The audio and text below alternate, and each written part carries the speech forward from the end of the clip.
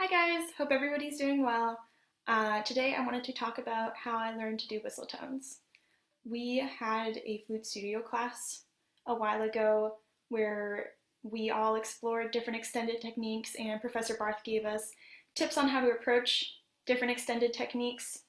And the one I really wanted to learn was whistle tones because to me they sound really cool. They create this very ethereal, hollow effect, but I was not able to figure it out in studio class. So I wanted to share how I did eventually learn to do them. I can't do them all the time consistently, but I usually am able to hit at least a few notes during my warm-up session. And the progress has been really encouraging because it went from me just blowing hot air into my flute and nothing coming out until just a regular note came out to actually hearing a hint of a whistle tone and then finally being able to play a decent whistle tone. So the one thing that really helped me that Professor Barth mentioned was whistling, and not quote unquote whistling. I went for the quote hands, but not quote unquote whistling. Actually whistling the note before you try to play it on your flute. The note we had all tried out in studio class was the high G.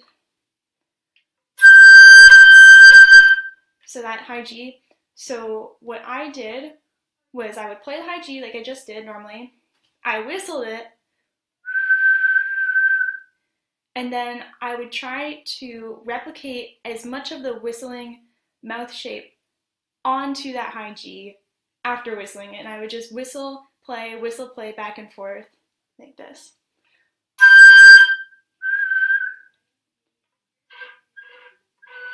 That was basically what my attempts looked like, was just trying it, hearing a little bit of a whistle and trying to follow it. And I would just do that for 5 minutes a day. And it would just be me in the practice room.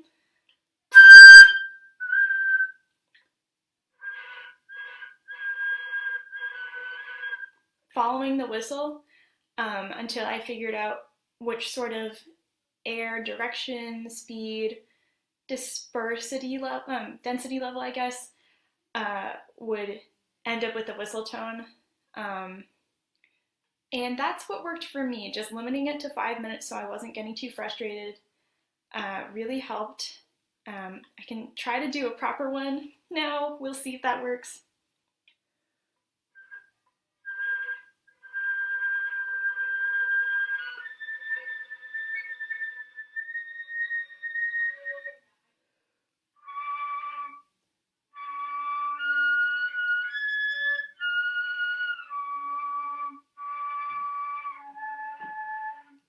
Yeah, so as you can see, they are coming out, which is very exciting for me. I was really excited when it first started happening. That's basically the whole technique that I had to incorporate into my practice sessions to get to that point from, I mean, I'm not at the beginner level anymore, but what I was originally sounding was, I was originally sounding like this, and then I would just sound what sounded like an actual note. So I went from that to being able to do some version of a whistle tone. Right now it's still a little bit airy for my taste, so I'm trying to make it a little bit purer. But this helped me to break down the technique and understand the positioning, the mouth shape that you need for it. So just to talk about that a little bit, because that was kind of a confusing hurdle to jump over. The mouth shape, the embouchure shape, like Professor Barth said, it's really different from what you're used to doing. We're often told, you know, you kind of frown the corners of your mouth, and in the whistle tone, it's really bringing everything forward. I don't know if you could see, but especially in the low register overtone whistle tones, my mouth goes a lot more forward. So just playing a regular D, and then trying to do a whistle tone.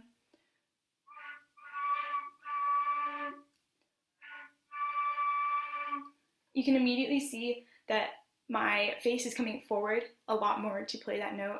And also, maybe you can see it, maybe not.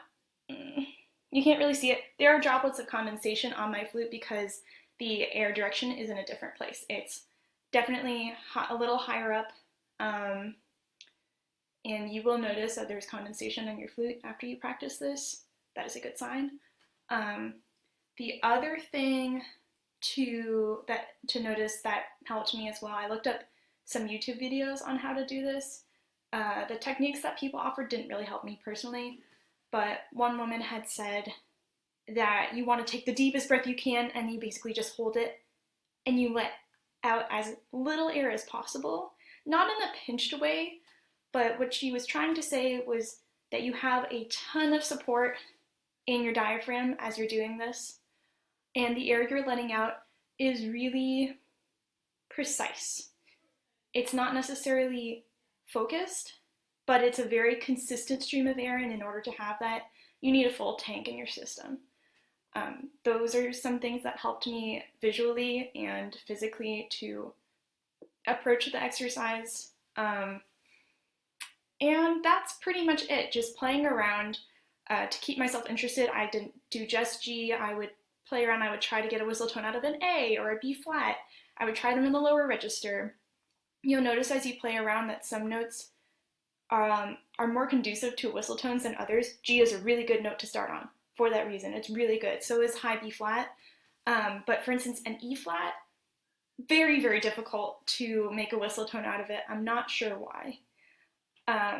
Could be something to do with the number of fingers that you're putting down on your flute. But again, the D is not as hard. So, jury's out on that one. Those are my tips. Hope you enjoyed them.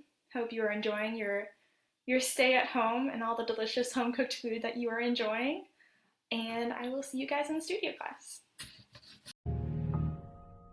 Away in a manger, no crib for a bed. The little Lord Jesus laid down his sweet head.